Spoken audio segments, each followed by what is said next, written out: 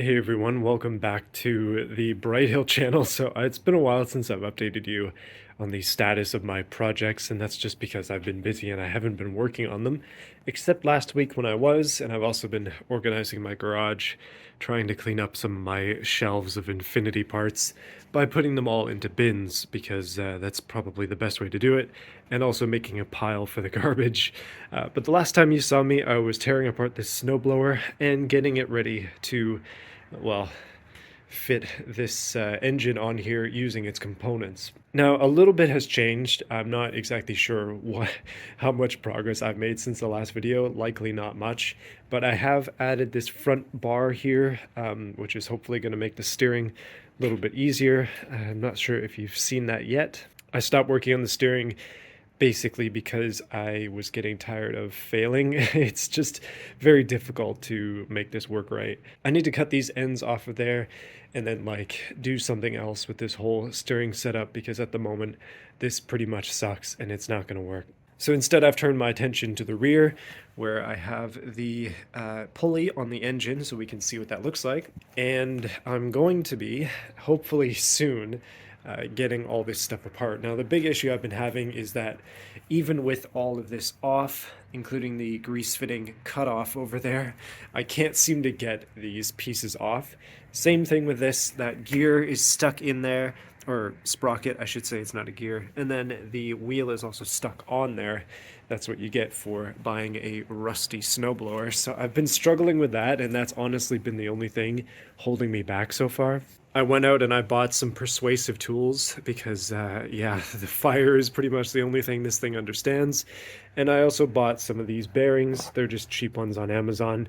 And I'm hopeful that these will make things a little bit easier in terms of mounting the axle. But the goal today, and I have the entire rest of the day to work on this, is just to get a roller. So I'm going to mount that engine plate right there, welded in nicely, and then I'll have like a crossbar as well so that it holds a little bit steadier at the moment. Obviously, I can't just have it on one frame rail. And then I think I'm going to use a hacksaw to cut this apart because my grinder's too fat to fit in there, but I think a blade can probably do it. Essentially, what I need from here, in an ideal world, I need these sleeves because I need to extend this axle out, and I'm hoping to do it with a sleeve type setup, but I mean, who knows if that's going to work. And then I also need the pulley that's on the bottom of this. That thing right there, which is also heavily fused on. So I'm going to try to cut the rest of that off. I'm not sure if I can articulate how much of a win this is. I finally, despite this being stuck on there with that, have gotten it free of its box contraption over there. I'm talking about that red thing. My goodness, I had to cut the gear off. It has been several hours, and yeah, thank goodness that's done. That puts me one more step forward, as well as this ridiculously bad welding. I mean, that's not too bad, it's not good either, but that is just rough. But that is the engine plate welded in, which is excellent. So let me show you what I'm gonna do. Don't mind that the bearing is off a little bit. I can tap it back into its casing, but this is one of two, and it's gonna go underneath here, kind of like that right there. So it'll be pushed in, probably with the pieces on the outside, another one over there, and then the axle through that. So the axle will be somewhere here-ish. You can see there is one significant problem, and that is that it's too short. So that's where my new, hopefully new, extensions come in. Now that is the hard part, because I need to get this off, although I need to get it off cleanly, and I need to get one of those off somehow, and then get the piece that's inside of it free so that I can use it to extend this axle and use a piece of that as the extension. And then I'm going to have to drill two holes through this stuff, one for the pulley, one for the other wheel. And then hopefully after that, we'll have something that at least rolls. So that's the goal for the rest of the day. But as I continue, I do have a belt here. So this is the belt I intend to use. It's relatively thick, and I'm hopeful that that it'll work for this. I mean, it might be a ridiculous mistake to try and use a belt on something like this. I know I should be trying to use chain, but I'm working with what I got. The thing is that I don't have a clutch, so I'm doing this without a clutch, and I'm basically making my own clutch using the parts that came with the snowblower. So this little pulley here is one that can go on the back side of that belt, and essentially what's going to happen is when I fire the engine up, it's going to be spinning freely, and the belt is going to be spinning on one of the pulleys as well. It's not going to be locked to the pulley until I pull down a lever, which will push this into it. Essentially, it's going to go do something like this to push into the belt to give it tension, and that way I'll actually have a functional drive, essentially. So I'm going to have to use a gear shifter or something to give it drive. That's the plan. It might completely fail, and I might have to go get a sprocket and a chain and a clutch. But if I have to go do that, it's not a big deal because I've only spent like $70 on this in total. I'm still under budget.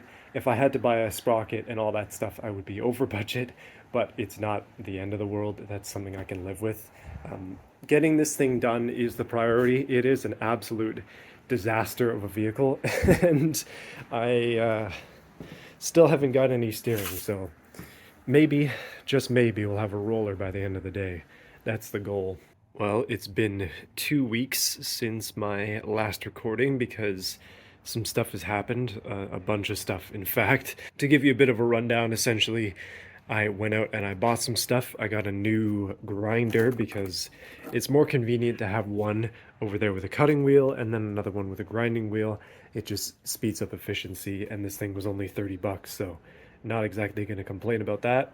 I went and I bought a grease gun with some just synthetic multi-purpose grease, specifically to use for the bearings that I have for this go-kart because I don't want them to die immediately. They were about 30 bucks, and this whole setup here was about 30 bucks-ish, I think, maybe a little bit more than that, but it's just cheap Canadian Tire stuff. That's basically all my tools. I've also got a power bar, which I need to install today. I think I'm going to put that on this wall because more plugs is good. You'll notice a distinct lack of side skirts. They are gone. I gave them away to somebody, and I have also been organizing my garage, and that makes it look a lot more disorganized, but that is a pile of infinity garbage that I want to get rid of, and I'll probably end up doing that in my truck if nobody takes it. But it frees up this top shelf, which I need for more stuff because I have far too much stuff. The biggest addition to the garage is probably these winter tires. They're for my truck. They are huge. To put things into perspective, I don't know how I'm actually going to do this, but those are 17-inch rims. Yeah, they're 265 R70 17s, I believe. I think that's what this is. Not the best brand, but they were cheap. I only paid 430 bucks for these. So yeah, a little bit of mud on there, but I don't think there's going to be much rust.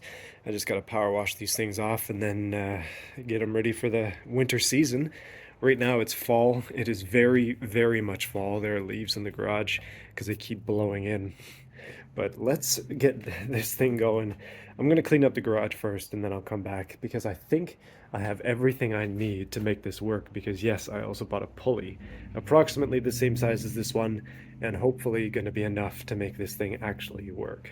So it's been a few days. I have to explain myself here, but would you look at that? I have a rear axle half bolted in and also half attached. Right now it's one-wheel drive, although actually it's no wheel drive because this ain't screwed into anything yet. And that is not tight at all, so obviously it's not going to go anywhere. But this is basically the essence of my build, and the steering wheel is upside down. But I'm very pleased with the progress I've been able to make today. But to be honest with you, I've been home the past 2 days because of COVID stuff. I had to stay home, but I've just been outside working on this, and I spent most of it basically just extracting my previous axle attempt from that bearing in there. It was such a pain in the butt. I literally spent days on it. There are shavings absolutely everywhere from that. And the end of it is that I cut the piece in half to get it out.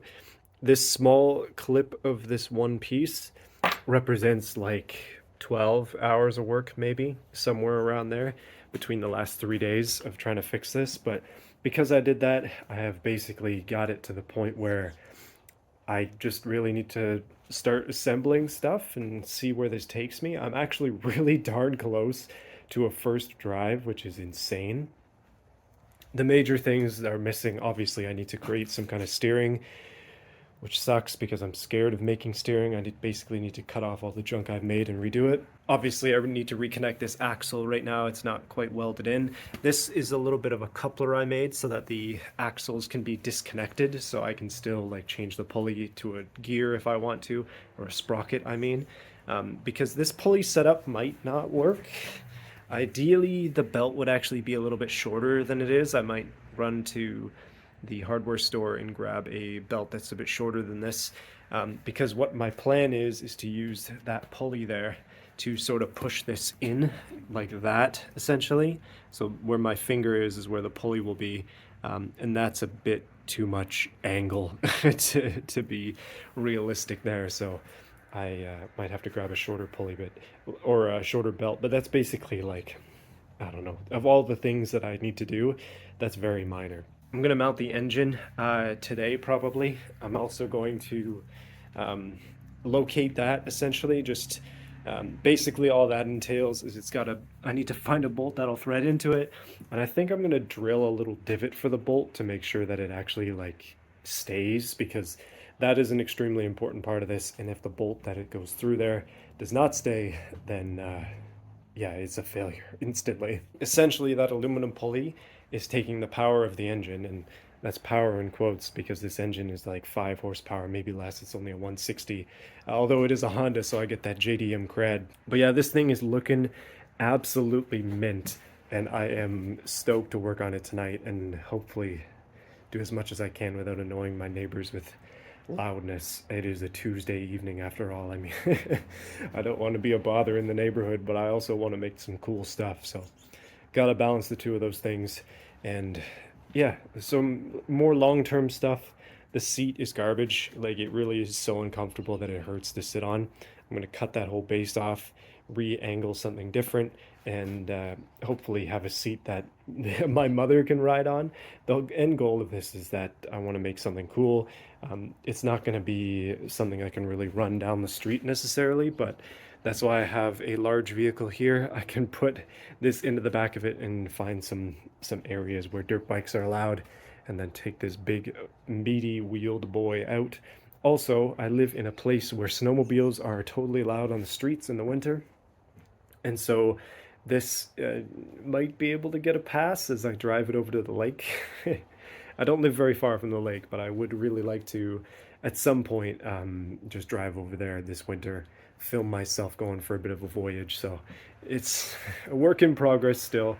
You can see the axle is still a little bit bent there. That's not quite straight. I need to weld it solid, essentially, and then bolt that in strong, and then yeah, that'll be that. Man, oh man. I'm excited though. This is finally going well. I'm gonna wrap this video up for now and just try to get something out for you guys, but soon, next video, running, driving, steering, go-kart, Honda powered, and then if the Honda's not enough, we got the big boy up here, just in case.